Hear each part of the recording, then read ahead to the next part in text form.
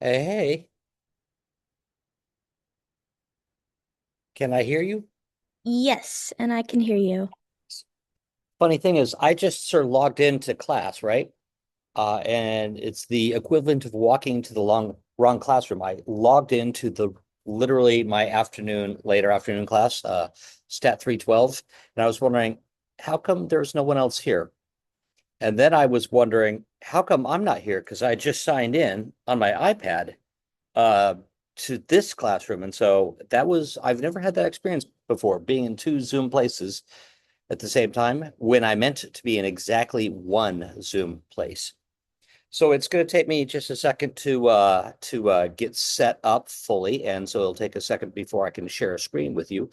So maybe if you all go ahead and feel free to start with any questions you have about where things are at right now, and I'd love, if nothing else, to hear comments about yesterday's lab experience.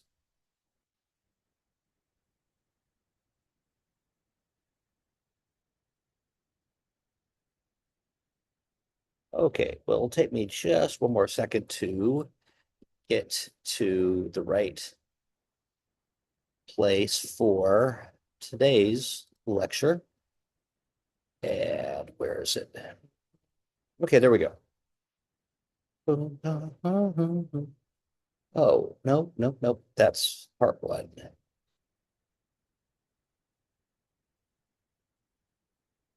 Okay, there we go. Okay, so I'm at a good place, at least approximately. I got a Stat 313 lecture on this topic open in front of me, even though it's not the one specifically for this summer. It should be the exact same. And so I'd love to start by sharing a screen and let y'all know where we're at, and then we'll see where we get to. Okay, Zoom, share, a full on screen. Where's the share? Good. I got that. And good. Okay, so where we're at today is yesterday. Geez, it was just yesterday. We talked about putting in a categorical variable, yeah, in a regression, and it was pretty straightforward, pretty easy. We said, oh yeah, that's something we can do. It basically says if you got two different levels, like we have with the income and life expectancy data, you get two different trend lines, and they're parallel. You saw yesterday in the lab with the data on Duncan's occupational prestige, that prestige is a function of income in some ways. There's sort of a slope, but also a function of the job type, the professional versus the blue collar versus white collar jobs. They had a different trend line, and you sort of thought, okay, yeah, there's evidence that there is a clear difference that the professional, the red line, I think probably JMP gave it to you in red, was considerably higher than the other two, but the other two were seemingly at different altitudes, different intercepts, if you will, for the three groups. So the effect on the intercept, that was statistically significant. And you might have wondered towards the end of the lab, is the trend the same? Is the slope the same in each of the different groups? And we're going to start to tackle that question today. So, any last call on questions before we jump into interactions part one?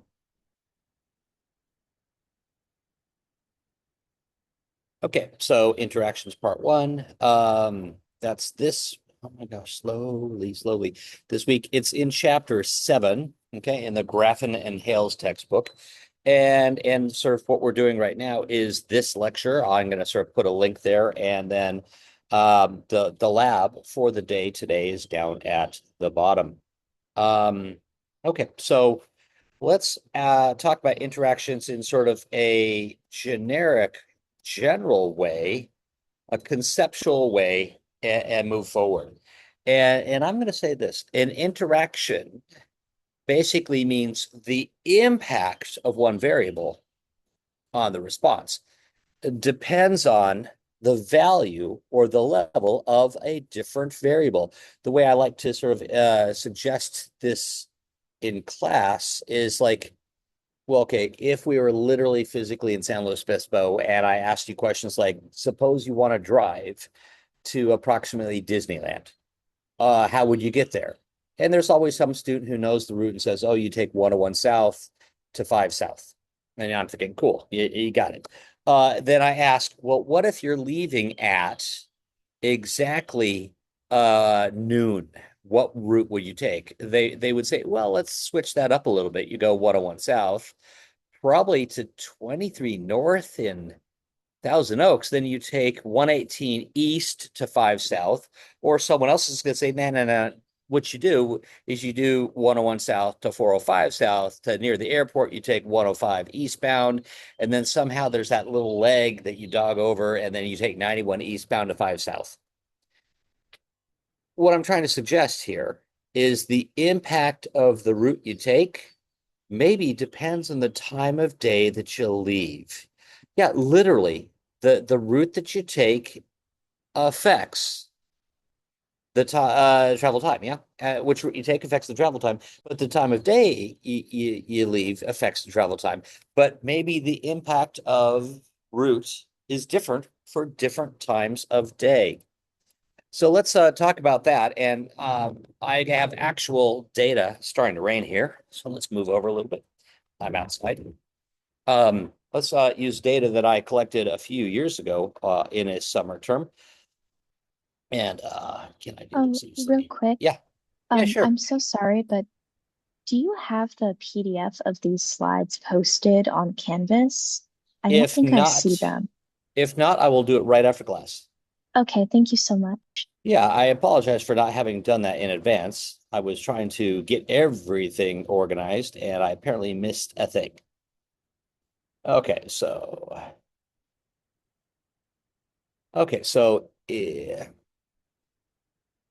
I've got Zoom stuff going on the screen, and so it sort of covers up the mouse location, and so it's hard to sort of find everything I want. So commute times. Okay, again, these are data that I collected, shoot, about 15 years ago during a summer term, and I took different routes to campus. I live in Los Osos, the far end of town, and so I took Los Osos Valley Road the whole way to Foothill, then took Foothill to campus. And I also took Highway 1 on other days at different times. And I constructed an orthogonal or balanced design here. And I literally said the time that you leave is either 6:30, 6:5, 7:30, 7:5, or 8:30, 8:5 a.m. And the different routes that I could take. So two different routes. So that's a two level variable. And then the time that you leave, there's three different levels, 6:30, 7:30, 8:30. This is a 2 by 3 factorial experiment. Literally, each of the two routes times 3 times a day, that's six possible treatments. I did them each 4 times. And I literally did randomly assign across days of the week. I didn't have day of the week here listed in the data set, but Monday, Tuesday, Wednesday, Thursday, I had different of each of the different routes. We mixed it up. Okay. And so let's just verify and that we have balance. And I'm going to do that with analyze fit y by x. And I'm going to say the time that I leave and the route that I take.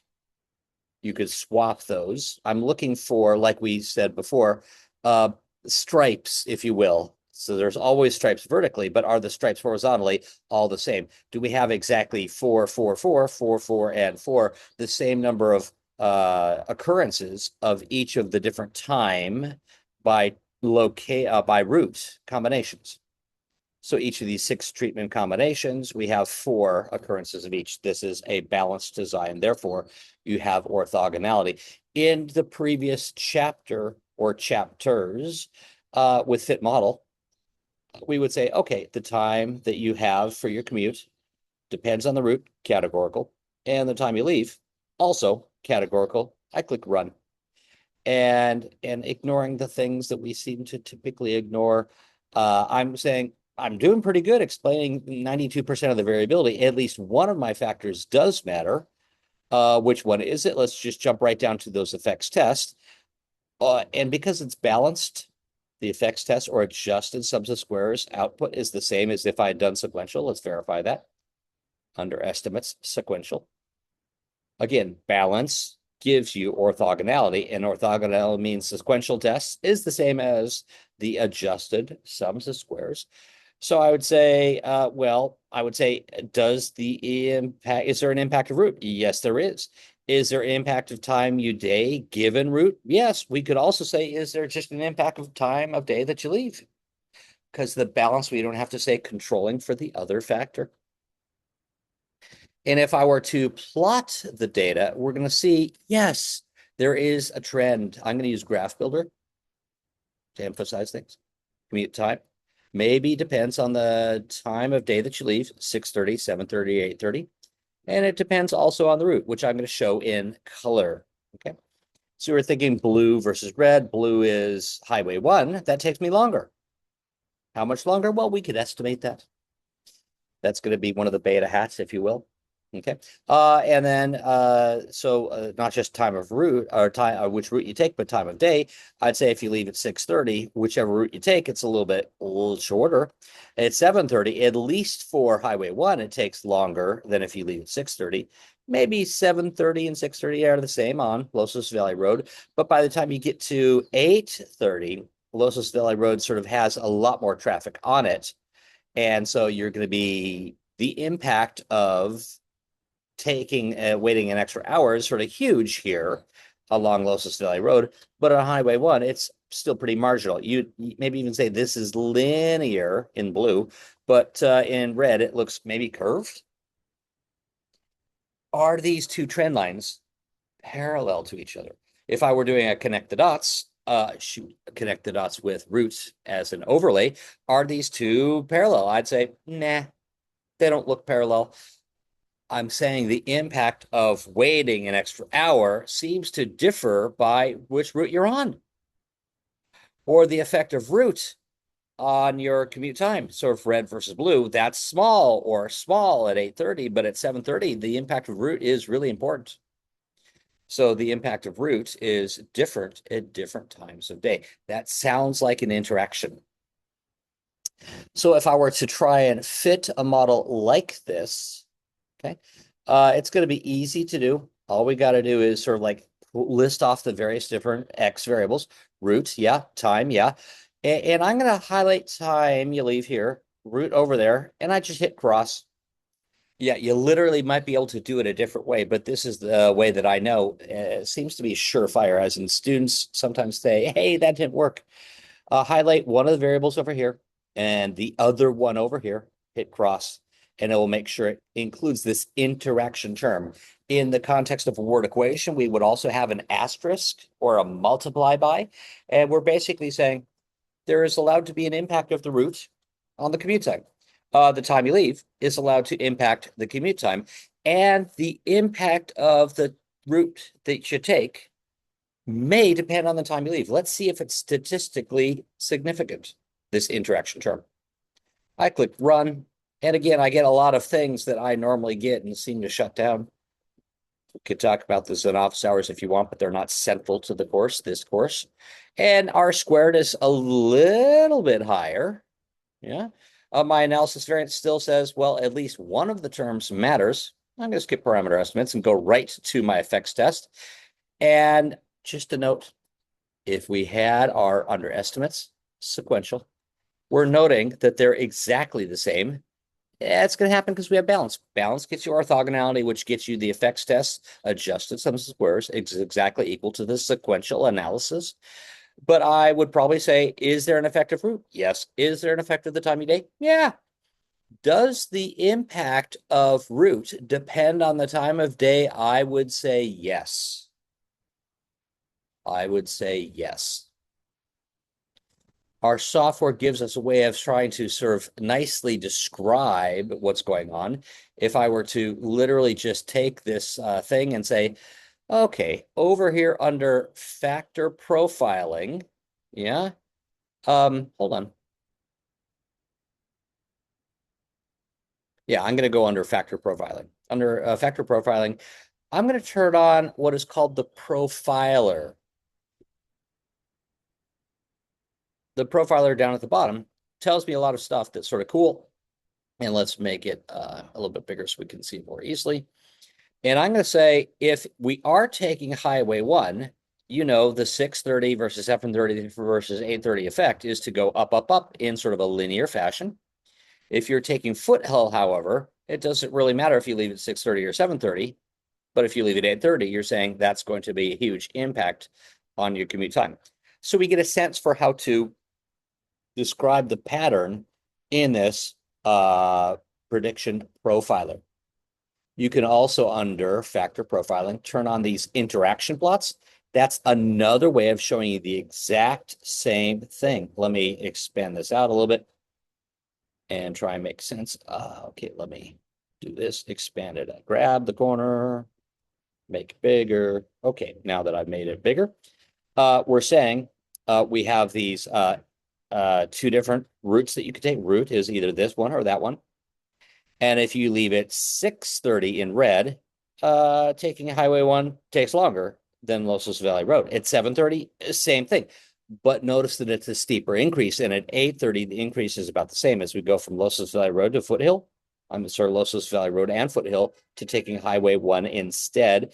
We have an increase that's about the same in the blue and the red group, but in green, it's different.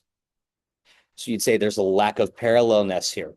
Statistically significant lack of parallelness. The slope, if you will, depends on what time you leave.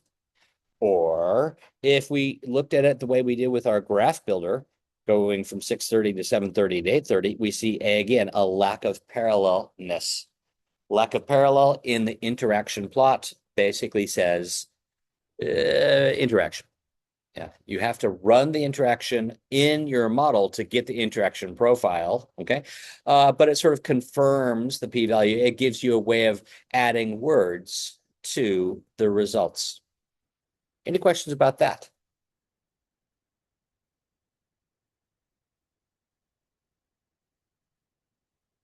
Okay, so I'd like to slide forward a little bit more. And what if you have, yeah, okay, one more thing I want to sort of mention about this.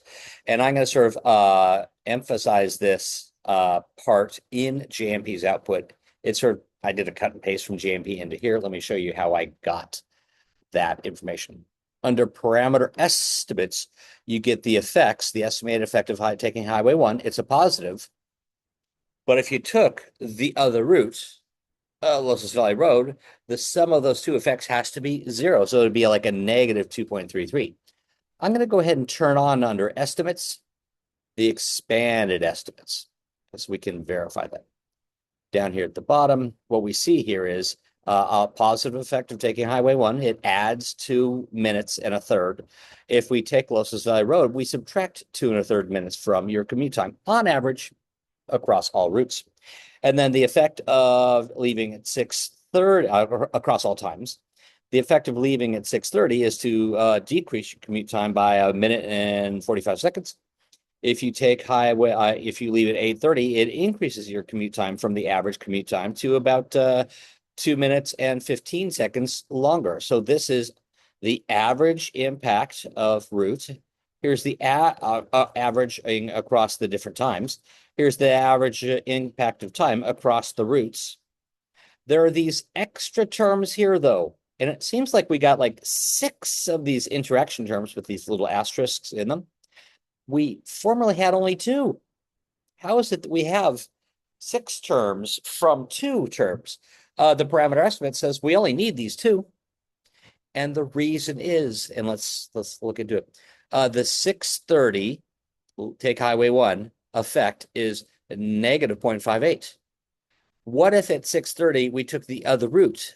The effect would be the opposite of negative 0.58, a positive 0.58. Let's verify. Oh, yeah. If you leave at 630 and you don't take Highway 1, but you take the other route, it's a positive interaction effect.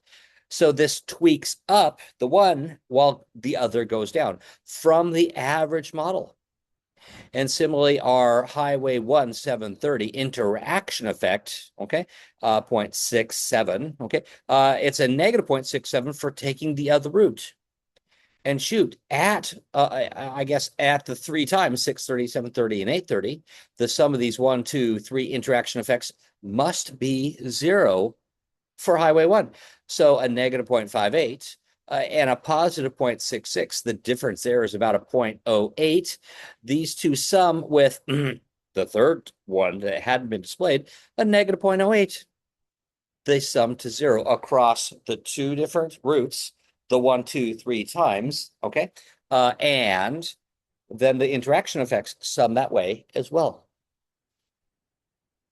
So what we have here is a 2-parameter, okay, 2-degree of freedom interaction term. This interaction term, 2 degrees of freedom, but is still statistically significant. So I think I mentioned all of the things except for I didn't. Oh, I want to show you one other thing to how to get this output right here. I mean, you could say, oh, you did a cut and paste from the expanded estimates, and yes, I did. But we could, under estimates, we could show the prediction expression. That show prediction expression is sort of convenient because it literally does tell me, okay, on average is 24 minutes. If I don't tell you what route I took or the time that I left, you'd bet on about 24 minutes. But if I tell you the route, you're going to adjust upwards your time if you took the long way, or downwards if you took the short way. Or if you left early, we're going to adjust our commute times down. Or if you leave late, adjust your commute times up. So far, so good. Then you add in, if it is time of 6:30 and your route is Highway 1, you add in an additional negative 0.58. But if the time that you leave is 8:30 and the route you take is Losas Valley Road, you add in a 0.08. These are the additional terms you add in above and beyond the main effects of route or time on your commute time. So, yeah. Any questions about any of that so far?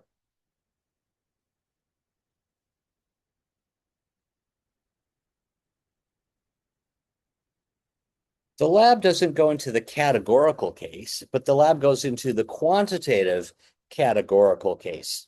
Okay. Remember how we had like a regression with a one explanatory variable and it's just for the trend line. Like we had income of a country impacting the life expectancy. Cool. I'm good with that. And then if we have a categorical variable as well, that added an additional term in particular, if we have a type of country, OPEC versus industrialized, it basically gives me 1, 2 trend lines that are parallel. The slope differing between the groups, that's another thing that an interaction would allow us to fit. Yeah, literally, an interaction would allow our best line trend to be non-parallel, different slope in the different groups. The trend line's slope tells me the effect of a 1 unit increase in this X on Y. If that's different between the two groups, we have a lack of parallel model. Okay. So I guess let's try that with our income and life expectancy data. And so I guess I need to open it up in I for income. I. There we go. Income and life expectancy data. And these are the data we were using yesterday. You're familiar with them. We've used these a lot because it's such a good example. It's like the dioecious trees. You can do a lot of the things in this class with just the dioecious trees example. Okay. So there we go. We're off to the right. And with the income and life expectancy data, our analysis that we had done yesterday was a fit model. And we said the life expectancy depends on maybe income. That will give me a slopey thing. And country type, that will say different countries, different types of countries can have different intercepts. The model we ran, we saw the output, showed, oh, look, parallel lines model, same trend, same slope, if you will, but different intercepts. And we said blue and red. Yeah, maybe that's not what we would have wanted to have done. Okay, but we do see 2 trend lines were drawn in.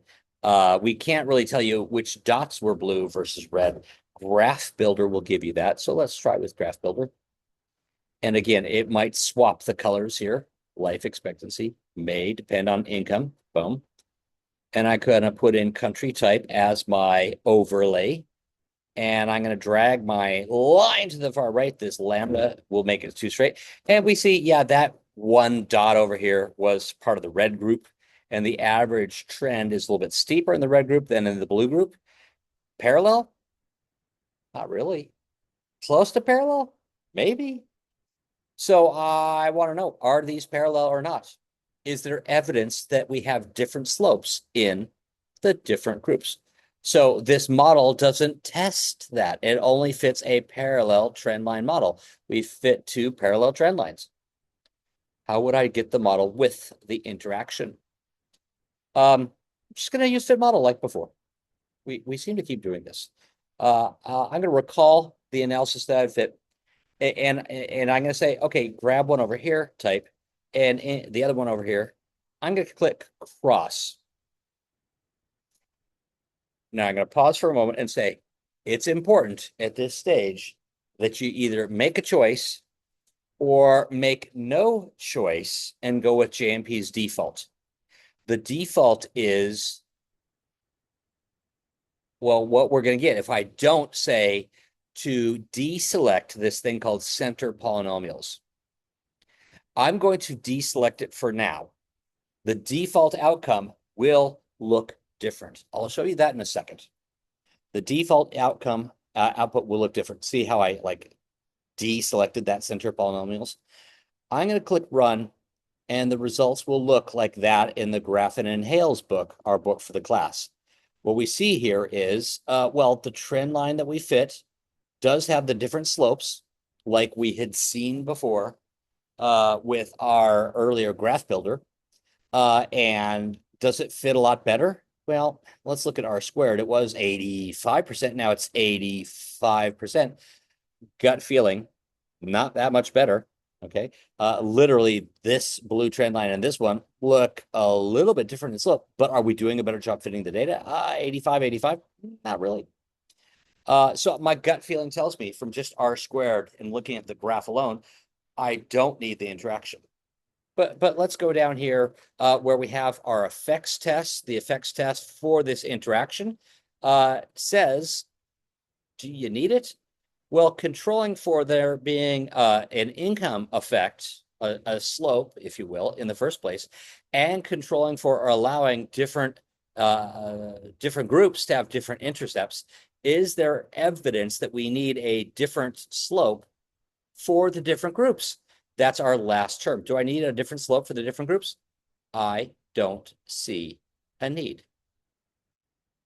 You might be wondering, what if I'd done the sequential tests like before? Let's turn that on. Notice that I have different sums of squares. This is like what we had done when we first introduced sequential tests in chapter 4. If we put in income first, a slope is better than nothing. If there is already slope in the model, do you want to have country type in as well? The answer is heck yeah.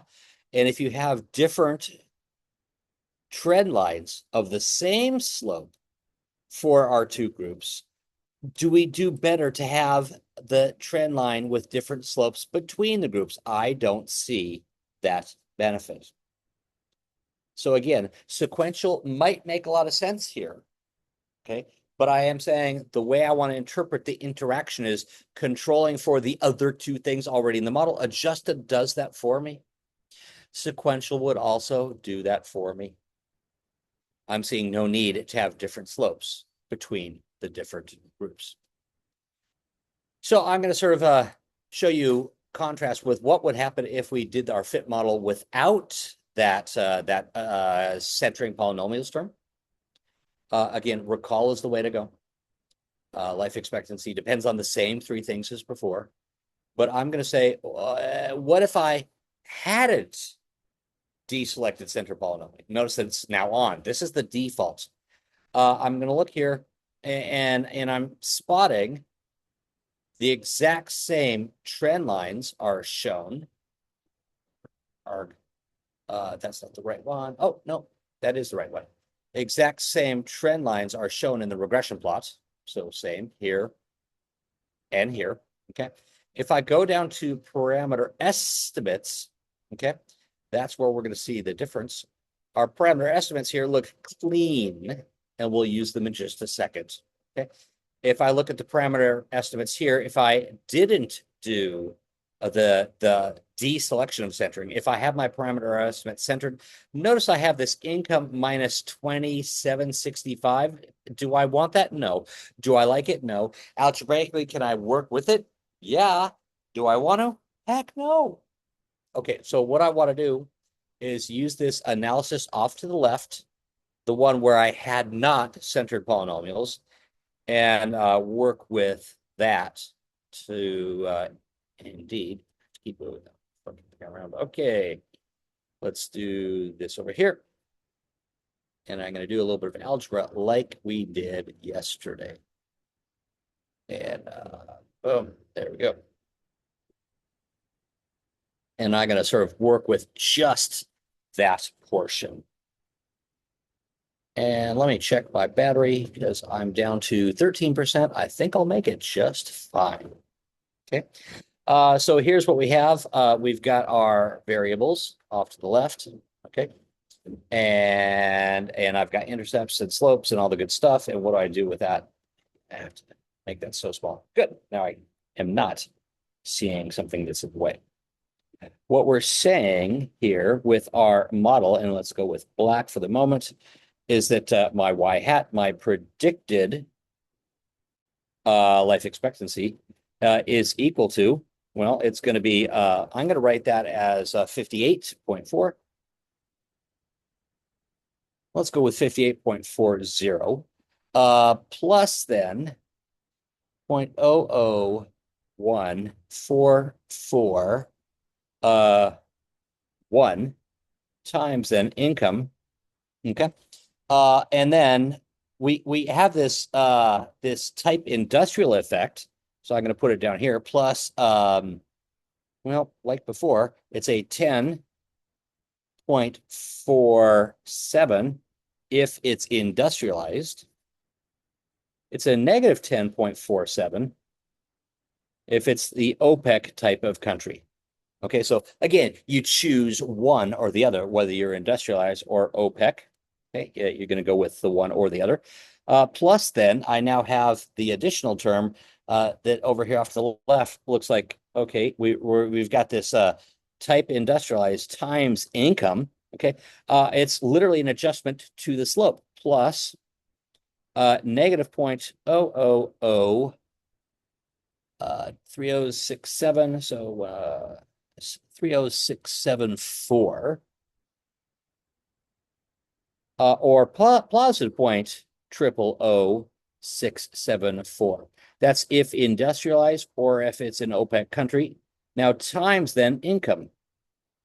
Notice here that we have in our output, it says the effect of this group times income. It says this is an adjustment to the slope. We have an adjustment to the intercept and an adjustment to the slope. That allows the slopes to be different between our two different groups. So let's go ahead and try it for, and I'm going to go with red for the top group. It's the industrialized countries. For industrialized countries, actually, I write it up here in red. We've got y hat is 58.40 plus 0.00141 times income. And then I'm going to add in, because it's industrialized, plus a 10.47 plus a negative 0.000674 times then income. And I guess what I could do is add the two things separately, and the one will be times income at the end of the day, and I'm going to have a plus. So 58.4 minus 10.47, that's going to give me 47.93. I hope I got it right. Someone please check my math. And then I'm going to have 0.001441 minus a 0.000674. And I'm going to get 0.00 0.07 something. If one of you tells me that number, I'll do better than trying to do it in my head. While I'm waiting for one of you to get that number calculated for me, I'm going to sort of copy this up to the upstairs. I got 47.93 plus 0.0007 something times then income. Did one of you get what that difference is? Like 0.77 something? Yeah, 0.000767. 6, 7. So I was really close. So I'm going to circle that upstairs and say, yeah, it's just algebra. If you tell me this information off here to the left, I can recreate all that to get the slope and the intercept of the line for the industrialized countries. Any questions about the industrialized countries? So what I want to now do is do this again, but for the OPEC countries.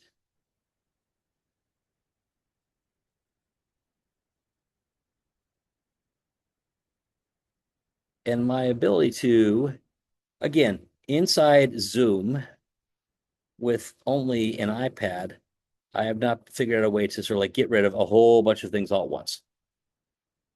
Like it would be nice to be able to sort of draw blocks and have everything in the box disappear.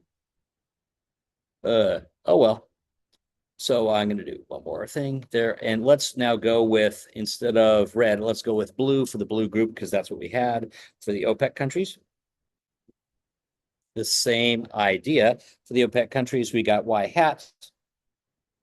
Y hat here is 58.40 plus 0.001441 times income. Plus then, well, a negative, darn it. I screwed that up earlier. I apologize. I want to sort of go back and correct the earlier error. I apologize for that. Did y'all see that it was 58.4 plus a 10.47, which does not sum to 47? That's what I'm going to be getting in a second for the OPEC countries. So I have to add 58.4 and 10.47, and I get 68.87 as my intercept. Okay, now going back to the OPEC countries, I'm going to add in a negative 10.47 like we had done earlier, and we're going to get 47.93. And then I'm going to add in a, well, triple O, 0.000674. And again, I might need some math help with that one. And I'm going to have 47.93 plus about 0.0021 something times income. So the sum of these two numbers is 0.0021 what? 5, 1. Yeah, I'm gonna go with that. 0.002115. And if I got it wrong, someone please unmute and let me know. But we see we can recreate, well, for the industrialized countries, what the relationship is, or for the OPEC countries, indeed, what that relationship is. I think that's pretty slick. I'm happy with it because just the output we get alone from GMP will get you everything you need. We see that right here in the estimates. These 1, 2, 3, 4 numbers guaranteed tell me exactly everything I need. We said earlier, if under factor profiling, you want to know the profiler, okay, it can show you that relationship. The profiler, I think, is sort of a powerful way of describing the XY relationship. And it does put in these error bars in a way that I don't think is very helpful for the moment. We could talk about those later if you'd like, though. And for the industrialized countries, we see here is our trend. If we say, let's switch gears to the OPEC countries, here indeed is the trend. The trend is different, both lower and steeper for the OPEC countries than for the industrial. So steeper but lower, higher and more shallow. Okay. So we can come to words that describe these things. Okay. What else is under estimates show our prediction expression. That's really those numbers that I was working from. Yeah, literally, I read them right off of my analysis, the intercept, the slope, and then the interaction term. But I've got an intercept, I got a slope, and here's the amount you add to the intercept if you are industrialized, or here's the amount that you add in. It's negative, so we subtract it. If you're an OPEC country, and indeed, well, here's an adjustment to the slope for the industrialized group or for the OPEC group.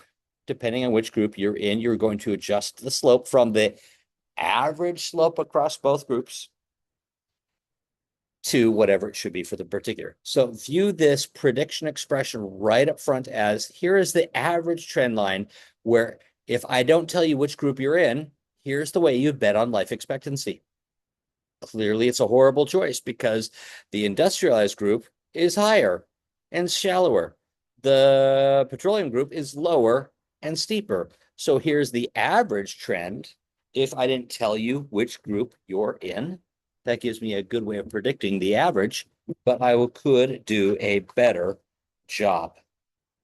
Okay, so that's, I think, the bulk of what I wanted to be sure to mention today. Yeah. Okay, so yeah, the last thing I want to sort of emphasize is the centering. That is really what's important. So let's go back and do that one more time. This is something the lab again walks you into. But if you analyze your fit model, right, you're going to say my Y variable depends on. I usually put the quantitative variable first. You don't have to, it just doesn't matter. I usually put the other one next. I put the terms by themselves be it first, and then and only then do I add the interaction. Okay. So life expectancy depends on maybe a trend slope, if you will, maybe a difference between the different type of countries, and the slope is allowed to differ across the country types. And before I hit run, I always go over here and say, do I want to center the polynomials? I will tell you in a later class, if you really care, the situations where centering may be beneficial. But for now, to correspond, make sure that the results in our book match those from GMP, I recommend deselecting that center polynomials option before you click run. And that should get you ready to tackle the questions in the lab.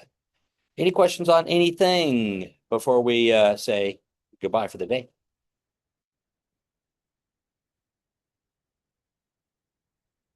Okay, one last thing I want to say then is today is a special day with regard to office hours. I seem to keep doing this. I'm sorry.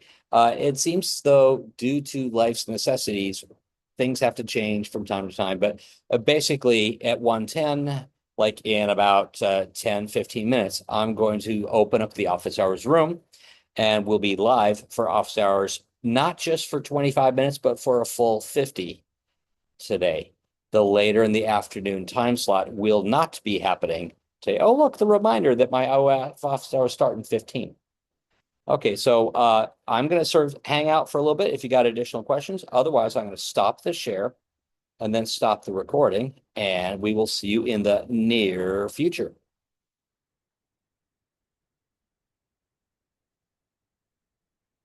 Okay, I'm going to stop the recording.